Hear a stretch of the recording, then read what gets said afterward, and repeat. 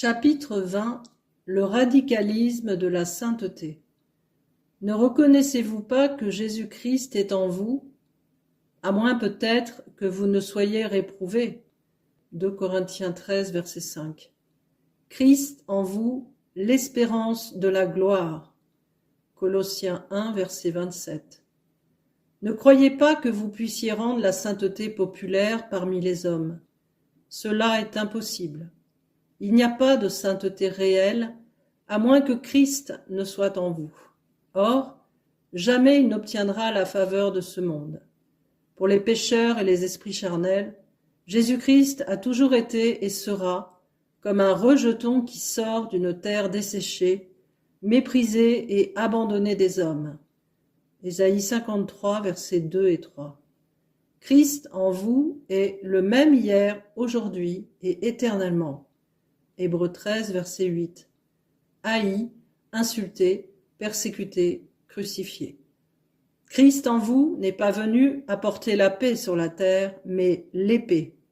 Il est venu mettre la division entre l'homme et son père, entre la fille et sa mère, entre la belle-fille et sa belle-mère, et l'homme aura pour ennemi les gens de sa maison.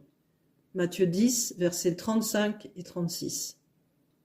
Christ en vous n'éteindra pas le lumignon fumant, il ne brisera pas le roseau froissé, Matthieu 12, verset 20, mais il prononcera, bien qu'avec larmes, les plus terribles malédictions contre le formalisme hypocrite et le croyant tiède qui, par leur compromis avec le monde, se font ennemis de Dieu. Adultères que vous êtes, ne savez-vous pas que l'amour du monde est inimitié pour contre Dieu ? Celui donc qui veut être ami du monde se rend ennemi de Dieu. Jacques 4, verset 4. Si quelqu'un aime le monde, l'amour du Père n'est point en lui. 1 Jean 2, verset 15. Dans la demeure du pauvre, dans les repères des êtres les plus abjects, Christ en vous ira chercher et sauver ceux qui sont perdus. Il leur dira avec douceur et tendresse: Venez à moi et je vous donnerai du repos. Mais au sein des splendeurs de l'église et de la cathédrale, où la pompe et l'orgueil, la conformité au monde se moquent de Dieu, il proclamera avec larmes et indignation: les publicains et les prostituées vous devanceront dans le royaume de Dieu. Matthieu 21, verset 31. Christ en vous n'est pas l'aristocrate vêtu pompeusement de pourpre et de fin lin, d'or et de perles. C'est l'humble charpentier aux mains calleuses, disant la vérité, serviteur des serviteurs, cherchant des places les plus humbles dans les synagogues et dans les festins, condescendant à laver les pieds de ses apôtres, qui ne se tourne pas vers les hautains, psaume 40, verset 5, et n'a pas sur la langue des paroles flatteuses. Psaume 5, verset 10. Les paroles de l'Éternel sont des paroles pures, un argent éprouvé sur terre au creuset et 7 fois épuré. Psaume 12, verset 7. La parole de Dieu est vivante et efficace, plus tranchante qu'une épée quelconque à 2 tranchants pénétrantes, jusqu'à partager âme et esprit. Hébreux 4, verset 12. Cherchez à reconnaître et à suivre les traces du véritable Jésus, l'humble et saint paysan de Galilée. Car en vérité, beaucoup de faux Christ, aussi bien que de faux prophètes, se sont répandus dans le monde. Matthieu 24, verset 24. 1 Jean 4, verset 1. Ce sont des rêveurs, des Christ poétiques. À chacun d'eux, l'on peut appliquer les paroles du psalmiste: sa bouche est plus douce que la crème, mais la guerre est dans son cœur. Ses paroles sont plus onctueuses que l'huile, mais ce sont des épées nues. Psaume 55, verset 21.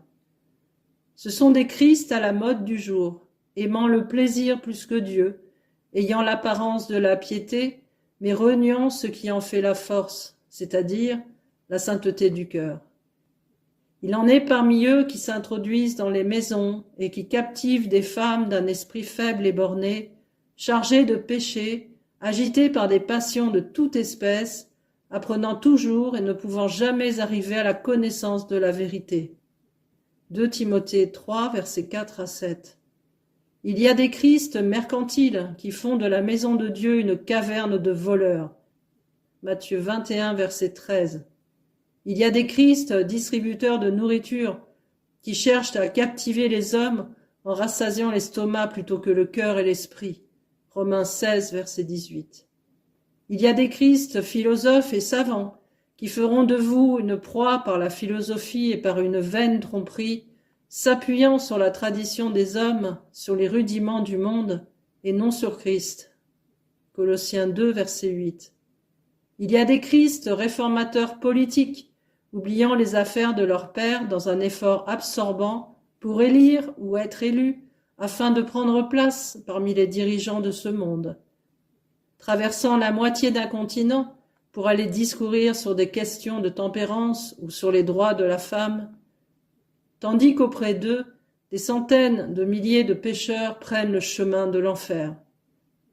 Des Christ s'efforçant vainement de détruire les fruits aux branches au lieu de mettre hardiment la cognée à la racine de l'arbre mauvais. Matthieu 3, verset 10. Un jour, la foule voulait faire Christ roi, il s'y refusa, ne voulant régner que sur les cœurs.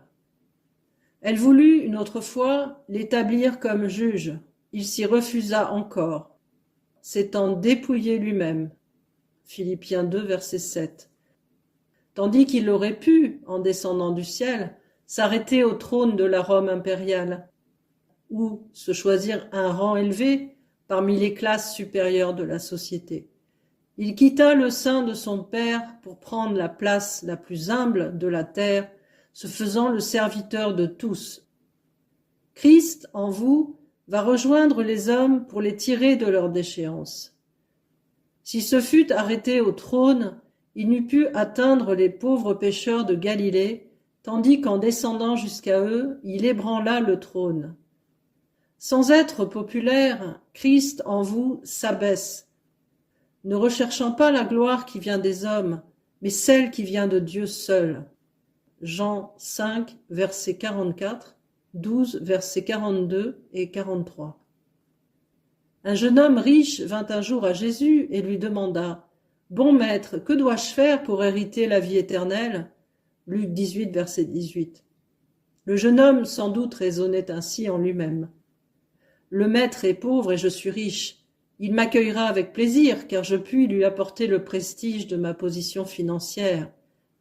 Il est sans influence dans le pays, j'appartiens à la classe de ceux qui gouvernent, et je puis lui offrir la puissance politique. Le maître est en quelque sorte au banc de la société par son association avec de pauvres pêcheurs ignorants. Moi, jeune chef fortuné, je puis lui donner l'influence sociale. Mais le maître frappa au cœur même de cette sagesse mondaine et cette suffisance en répondant au jeune homme riche « Vends tout ce que tu as, donne-le aux pauvres, puis viens et suis-moi. » Marc 10, verset 21. Autrement dit, « Viens, tu ne peux pas me servir que dans la pauvreté, les reproches, l'humilité et l'obscurité sociale, car mon royaume n'est pas de ce monde. » Jean 18, verset 36. Et les armes de cette guerre ne sont point charnelles, mais elles sont puissantes par la vertu de Dieu pour renverser les forteresses. 2 Corinthiens 10, verset 4. Renonce à toi-même, car si tu n'as pas mon esprit, tu n'es point à moi. Romains 8, verset 9. Et mon esprit est un esprit de renoncement. Il faut donc renoncer à ta riche demeure de Jérusalem pour me suivre, en te souvenant que le Fils de l'homme n'a pas un lieu pour reposer sa tête. Matthieu 8, verset 20. Tu ne seras guère plus considéré qu'un vulgaire vagabond.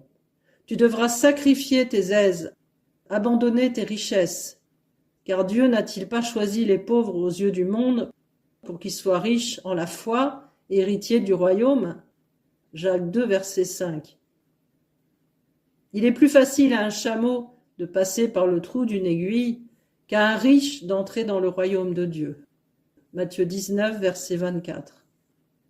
Souviens-toi qu'en faisant cela, tu perdras ta réputation. Les banquiers et les gens du monde diront que tu as perdu le sens, et tes anciens amis ne te salueront plus. Mon cœur va vers toi. Oui, je t'aime. Marc 10, verset 21. Je te dis franchement que tu ne peux être mon disciple si tu ne te charges pas de ta croix pour me suivre. Celui qui vient à moi et qui ne est pas père, mère, femme, enfant, frères et sœurs, c'est-à-dire qui n'aime pas Jésus par-dessus tout, et même sa propre vie, ne peut être mon disciple. Luc 14, verset 26. Mais si tu fais tout cela, tu auras un trésor dans le ciel. Ne comprenez-vous pas qu'il est impossible de rendre populaire un évangile aussi radical?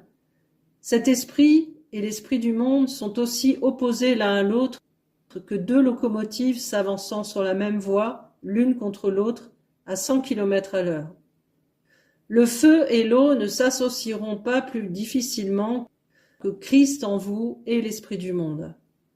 Ne perdez donc pas votre temps à chercher une sainteté qui puisse s'adapter au monde. Soyez saints parce que Dieu est saint. Cherchez à lui plaire sans vous préoccuper de l'approbation ou de la désapprobation des hommes.